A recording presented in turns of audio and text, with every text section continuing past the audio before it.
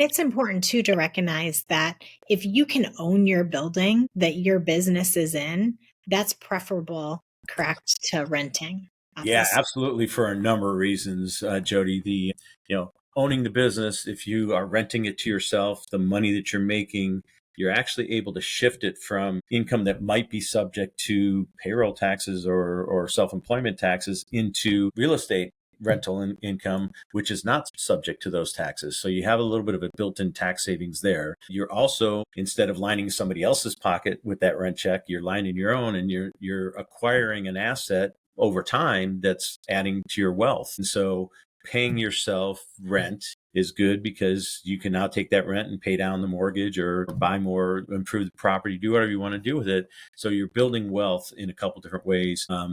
And there's some advantages again with the way you can structure that when you own the real estate and own an operating company. There may be some ways to structure it from a tax standpoint to give you some tax benefits too. In addition to that, having the separation between the real estate and the operating entity is almost always preferred because of liability concerns. But there's, different things that you have to think about from a protection standpoint too.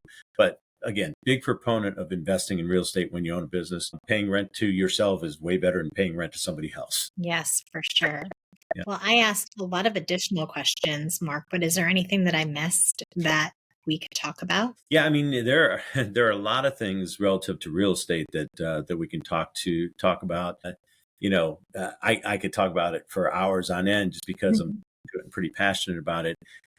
One of the most important things when you're talking about investment real estate is it's not just a tax consideration. It's not just a tax conversation. You have to have protections in place. And so when you start renting a building to outsiders or other people, you have to make sure that you're properly protected.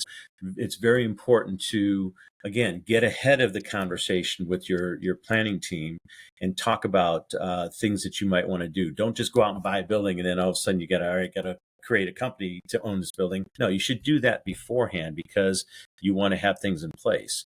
If you're thinking about investing in real estate, just make sure you talk to some qualified professionals about what you can do, because you can miss badly if you don't structure things right, but you can really set yourself up in a great way if you do. And so entity structuring around real estate is very important. How do you own the property? Is it owned by an individual? Do you own it with a spouse? Do you own it jointly, severally?